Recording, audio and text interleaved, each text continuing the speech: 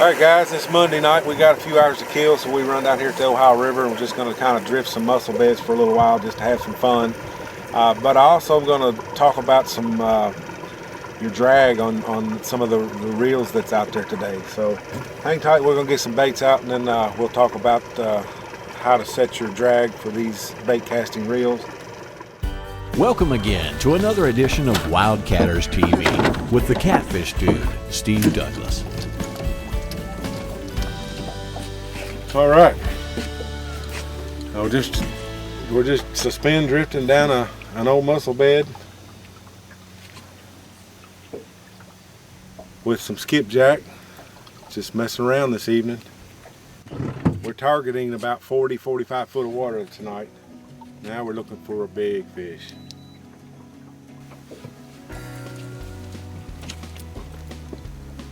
We're gonna reel down on this one. He's acting all funny.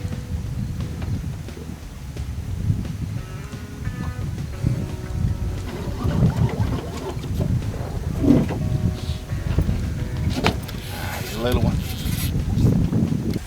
That's why he was acting funny. Flathead.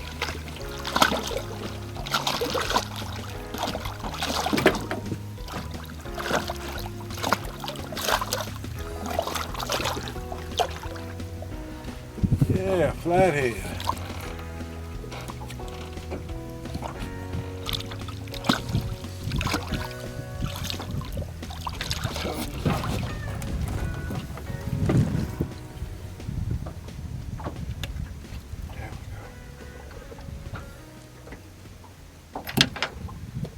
Well, he's nice and green. Man, I love them flatheads. They're just such an awesome fish.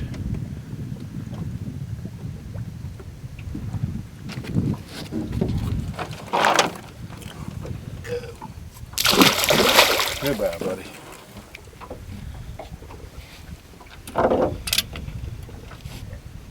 Yeah, sometimes reeling down on them will help set that hook too. Wildcatters TV is brought to you in part by XL Boats, Monster Rod Holders. Monster Rod Holders are monster strong. Tangling with Catfish rods. Feel the fight. Mustad Hooks, the best-selling hook on the planet. And Fat Boy Custom Rods. Now, back to the action with Steve Douglas on Wildcatters TV. Hey guys, I'm going to share a little tip with you that I've learned over the years that has cost me some big fish, and that is a sticky drag. Now these reels are brand new, and I don't care whose reel it is. When they sit for any amount of time, the way they're constructed with the brakes, it's almost like plastic pads are pushing hard together. That's where you get your drag out on these things. But a lot of times, like if you get moisture in it or it just sits for a week or so, they tend to seize up.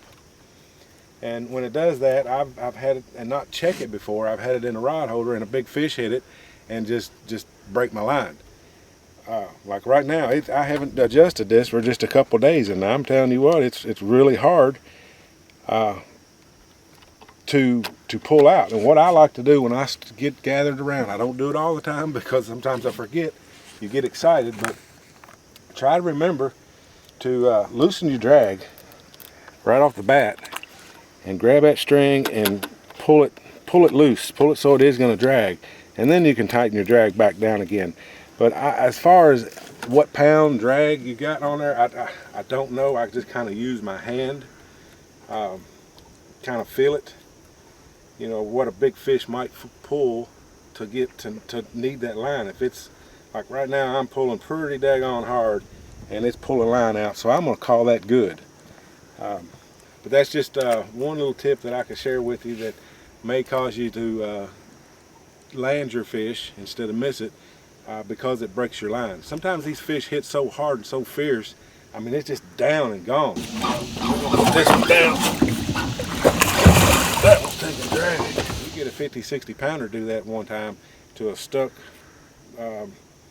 drag, and it's just going to break the line completely off. But like I say, loosen your drag first, just make sure that it does twist, and then tighten your drag back down to where it's just, you can still pull it, but it's really hard to pull it. I mean, like I say, if you get a a 40, 50 pounder on there, he's going to be able to pull line and not break your line. That's my quick tip for today. Now while I'm talking about it, I guess I've also had a lot of folks, let me make sure I ain't missed Barge's way.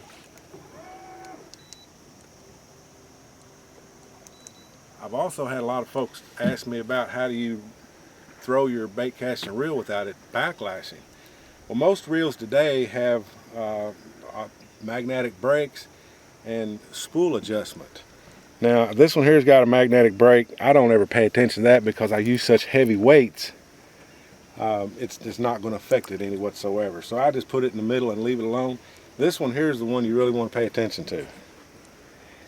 And the best way that I have found to adjust these without them backlashing is to really tighten these things down.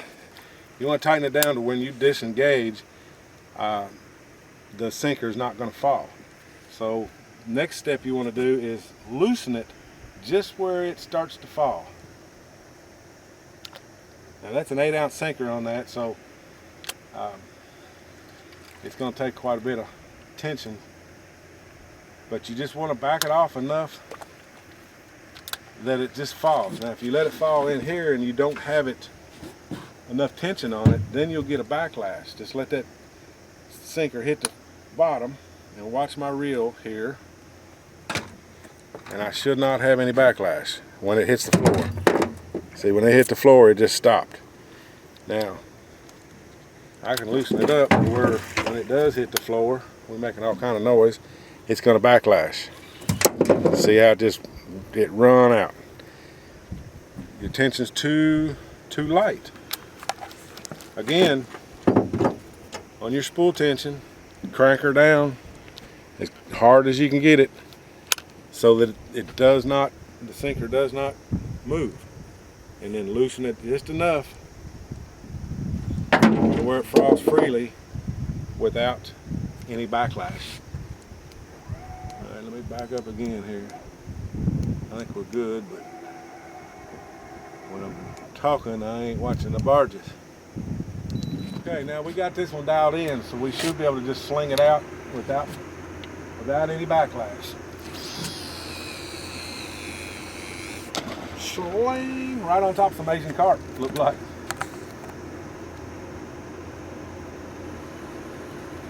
All right, that's how you adjust a bait casting reel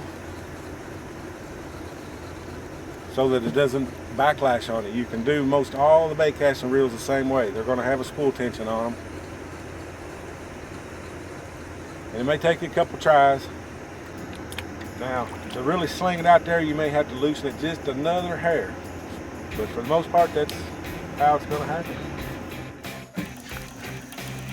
I can make this hair seems like you might be moving one. Oh yes. Oh yes. He feels a little bit better.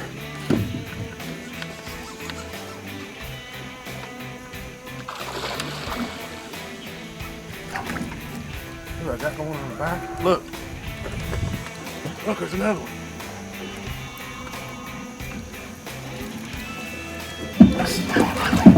Oh yeah. Which one's bigger? This hair's written around my motor. Oh no.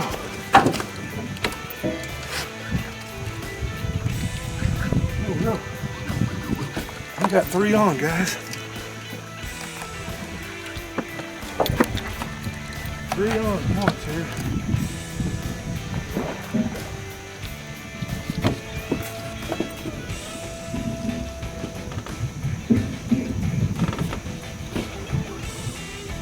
On at once.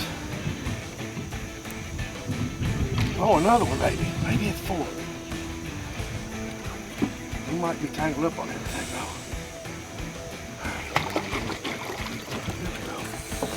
though. He's tangled on some stuff.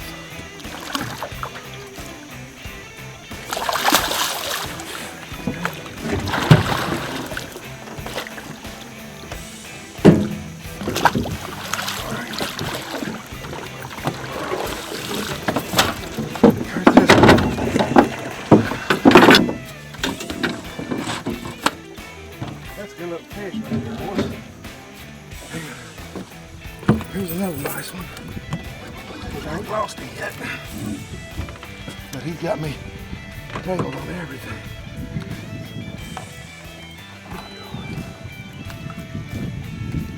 Maybe I was gonna have two and he's got me tangled on stuff. Alright. Woo!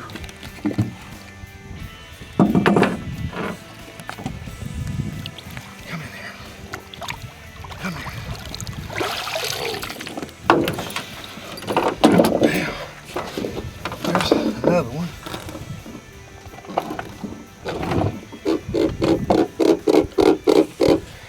All right, let me get this out. Woo!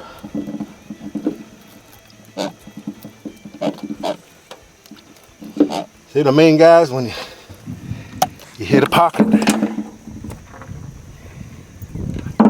Oh, you can drift down there for an hour and not do a thing, and then hit a pocket, and boom.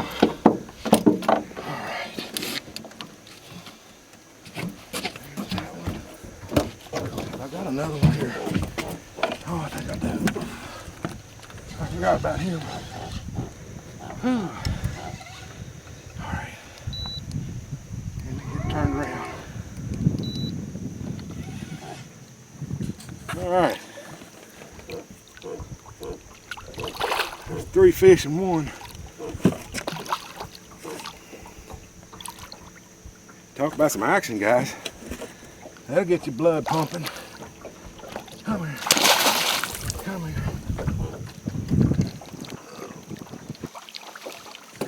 All right. Come here.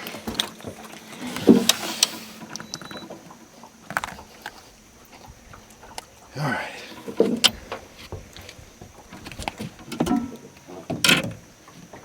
Here we go, guys.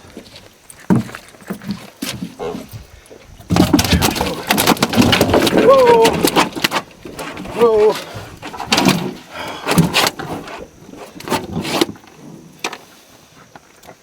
I don't need a number 10-aught mustad circle hook in my face, in my finger. So, all right, guys, come here, come here.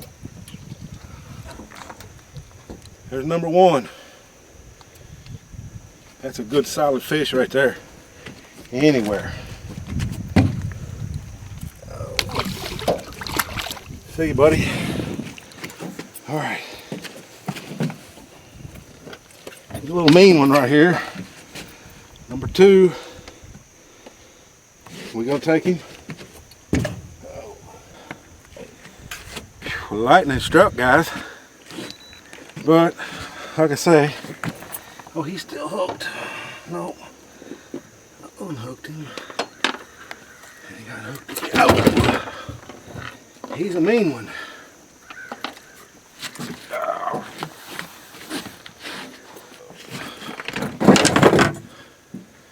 All right, here's number 3. That was 3 nice fish. All right, let's put him back in. See you, buddy. That was a lot of fun. That was all right. Now we got to straighten back up.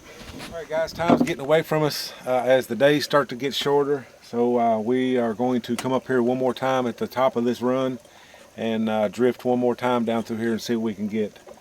So, but so far it hasn't been too bad for a real short trip on a Monday night.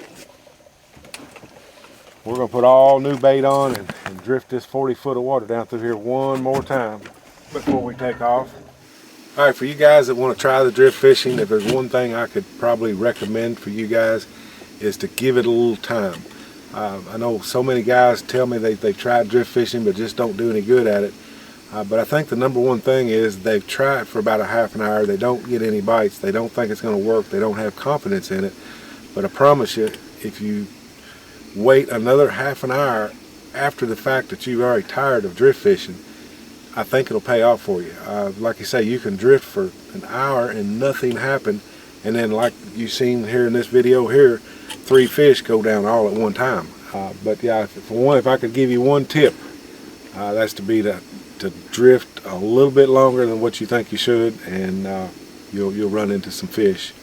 Okay guys, we're about to end of our drift here. We haven't got anything on our second run, so it's getting dark on us. We're going to head out. Again, thanks for watching my videos. I'd like to thank all my subscribers for stopping by and leaving comments on my videos.